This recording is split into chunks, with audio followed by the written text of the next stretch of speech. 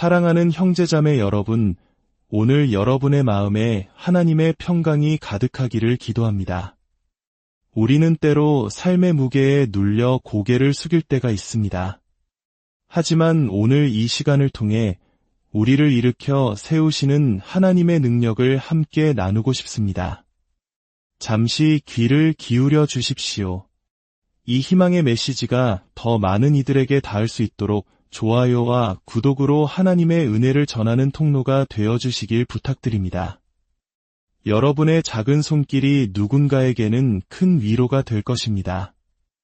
오늘 우리는 구약 성경의 스가랴서로 함께 여행을 떠나보려 합니다.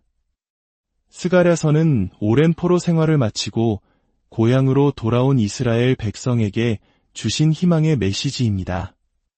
모든 것이 파괴되고 절망만 남은 땅에서 하나님께서는 선지자 스가랴를 통해 놀라운 회복의 비전을 보여주셨습니다. 스가랴 1장 17절은 이렇게 선포합니다. 만군의 주가 이같이 말하노라. 나의 성읍들이 다시 번영으로 넘쳐 흐를 것이며 주가 다시 시온을 위로하고 다시 예루살렘을 선택할 것이다. 하나님께서 당신의 백성을 향해 번영을 약속하시는 순간입니다. 여기서 말하는 번영은 단순히 물질적인 부유함을 넘어 모든 영역에서의 풍성함, 성장, 그리고 확장을 의미합니다. 마치 메마른 땅에 단비가 내리듯 하나님의 백성이 다시 일어나 사방으로 뻗어나가리라는 약속입니다. 그런데 바로 그 희망의 선포 직후 스가랴는 놀라운 환상을 봅니다. 바로 4개의 강력한 뿔이 나타난 것입니다. 성경에서 뿔은 통제할 수 없는 강력한 힘과 권세를 상징합니다. 스가랴가 천사에게 이 뿔들이 무엇이냐고 묻자 천사는 이렇게 대답합니다. 이것들은 유다와 이스라엘과 예루살렘을 흩어버린 뿔들이다. 이 4개의 뿔은 하나님의 백성을 억압하고 흩어지게 하며 절망 속에서 고개조차 들지 못하게 만드는 사탄의 세력이었습니다. 그들의 목적은 명확했습니다. 첫째는 분열시키는 것, 가정을 나누고 공동체를 깨뜨려 흩어버리는 것입니다.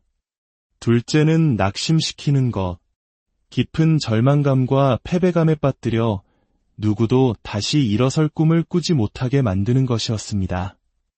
혹시 여러분의 삶에도 이런 뿔들이 있지는 않습니까? 하나님께서 주신 비전과 꿈을 향해 나아가려 할 때마다 마치 거대한 벽처럼 여러분을 가로막는 영적인 저항 말입니다. 사업을 시작하려 할 때, 가정을 바로 세우려 할 때, 더 나은 미래를 꿈꿀 때 어김없이 나타나 우리의 발목을 잡는 그 힘들을 우리는 오늘 직면해야 합니다.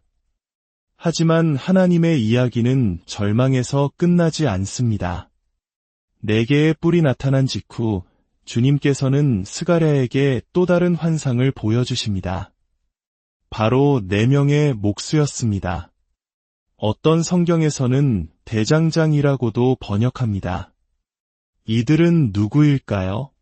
그들은 바로 저항의 뿔들을 부수고 흩어진 백성을 다시 모으며 무너진 것을 재건하기 위해 온 하나님의 일꾼들입니다.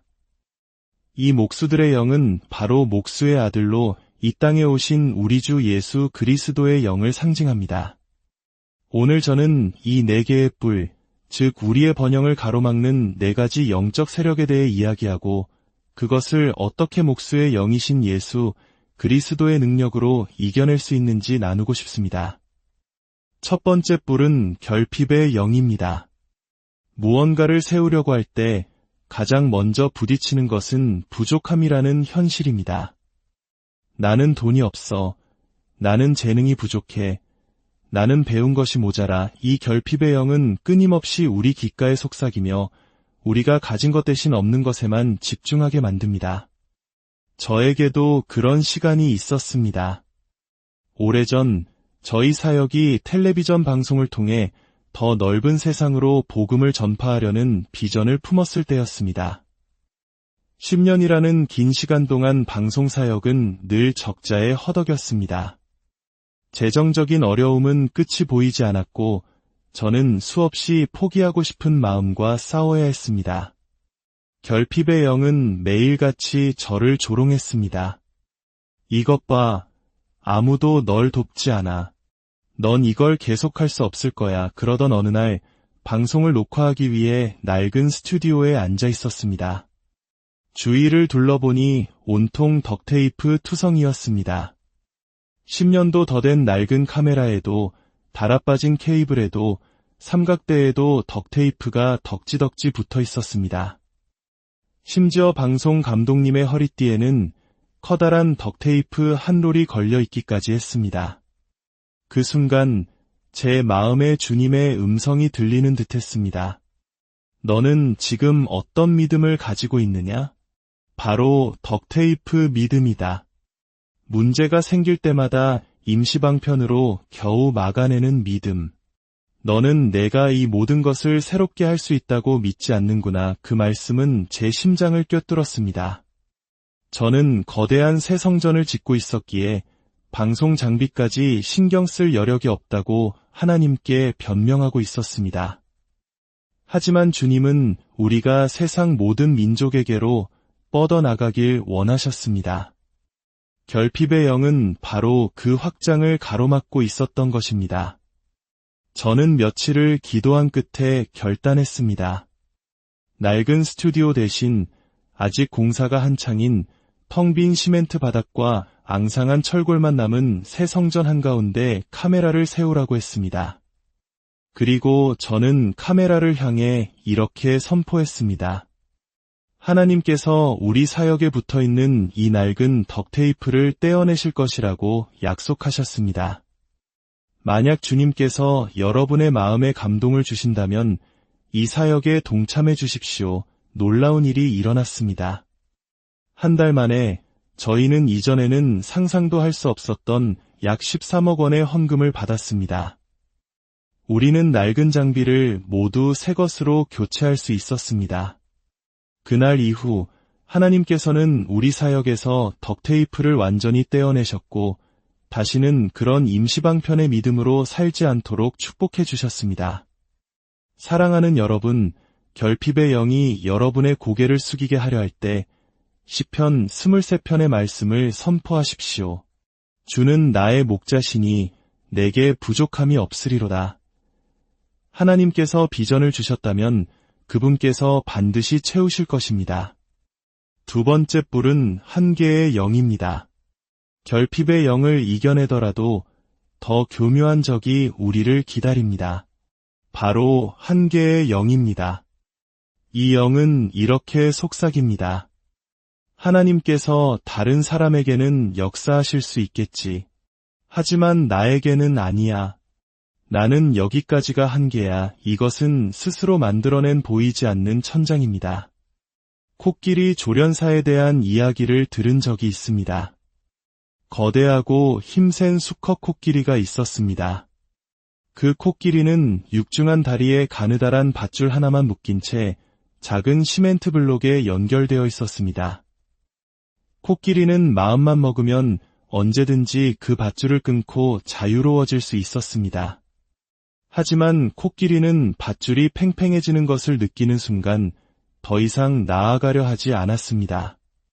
어렸을 때부터 그 밧줄에 묶여 자라면서 여기가 나의 한계라는 것을 정신적으로 받아들였기 때문입니다. 우리도 마찬가지입니다. 과거의 실패, 주변 사람들의 부정적인 말, 스스로에 대한 낮은 자존감이 우리 삶에 보이지 않는 한계를 설정합니다. 이 정도 이룬 것만 해도 감사해야지. 더 이상은 무리야. 우리는 그렇게 안주하고 하나님께서 우리를 위해 예비하신 더 넓은 초원으로 나아가기를 포기합니다. 하지만 믿음은 결코 안주하지 않습니다.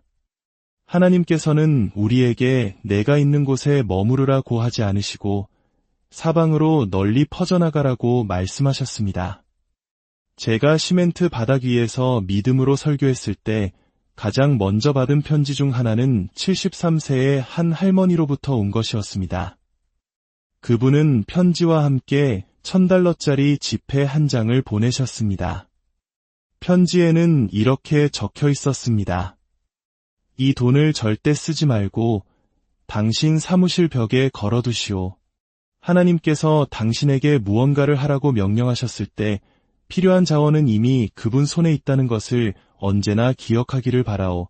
저는 지금도 그 지폐를 제 사무실에 보관하고 있습니다. 그것을 볼 때마다 저는 다시 한번 깨닫습니다. 우리의 하나님은 부족하신 분이 아니라 모든 것을 공급하시는 전능의 하나님, 엘사다이이십니다. 하나님 안에서는 불가능이 없습니다. 여러분의 삶을 묶고 있는 한 개의 밧줄을 믿음으로 끊어내십시오. 세 번째 뿔은 방해하는 영입니다. 결핍과 한 개의 뿔을 뚫고 나아가기 시작하면 세 번째 뿔이 나타납니다. 바로 방해하는 영입니다. 사도 바울은 사도행전에서 내가 너희에게 가려고 했으나 사탄이 나를 막았다고 고백합니다. 이 영은 거대한 장벽처럼 우리를 막아서는 것이 아니라 계속해서 우리의 발을 걸어 넘어뜨리는 것과 같습니다. 사역의 추진력이 붙어 앞으로 나아가려 할 때마다 이상하게 사소한 문제들이 터져 나왔습니다. 예상치 못한 기계 고장, 갑작스러운 동역자와의 오해, 이상한 뜬 소문들, 마치 누군가 뒤에서 계속해서 우리의 발목을 잡고 늘어지는 듯한 아주 교묘하고 지치게 만드는 방해였습니다. 많은 사람들이 이런 계속되는 방해 앞에서 이건 하나님의 뜻이 아닌가 보다라며 쉽게 포기합니다.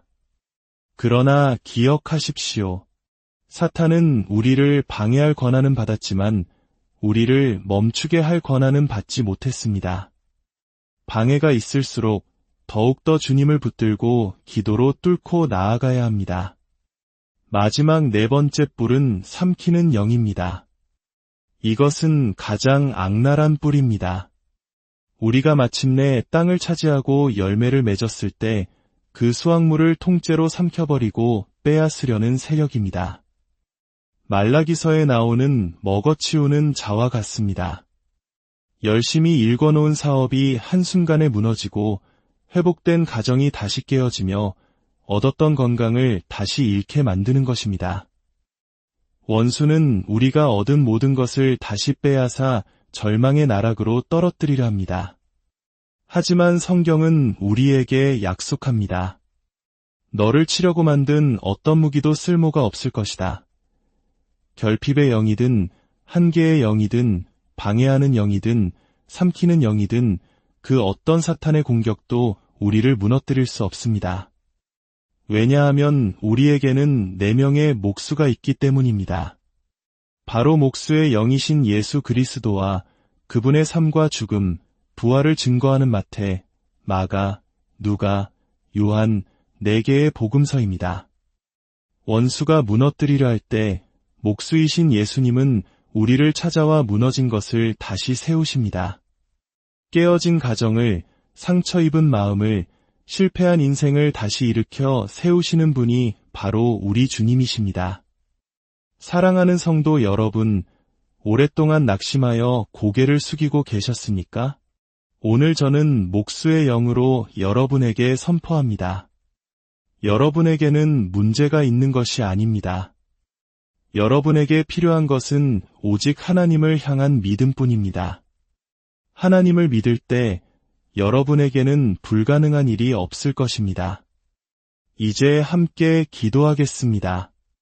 전능하신 하나님 아버지, 오늘 말씀을 통해 우리에게 희망을 주시니 감사합니다.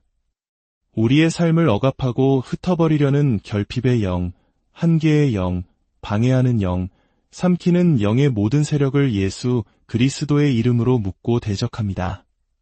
주님, 이 시간 당신의 자녀들 한 사람 한 사람 위에 목수의 영으로 임하여 주시옵소서.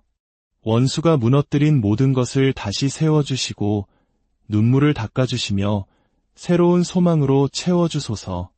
가정과 사업과 건강과 관계 위에 하나님의 번영이 강물처럼 흐르게 하옵소서. 혹시 아직 예수님을 구주로 영접하지 않은 분이 있다면 지금 마음으로 기도하십시오. 주님, 저를 구원해 주십시오. 저의 죄를 용서하시고 제 삶의 주인이 되어주세요. 주님의 이름으로 여러분의 삶에 무너진 모든 것이 다시 세워지고 하나님의 약속하신 번영이 넘쳐 흐르기를 축복합니다. 예수 그리스도의 이름으로 기도드립니다.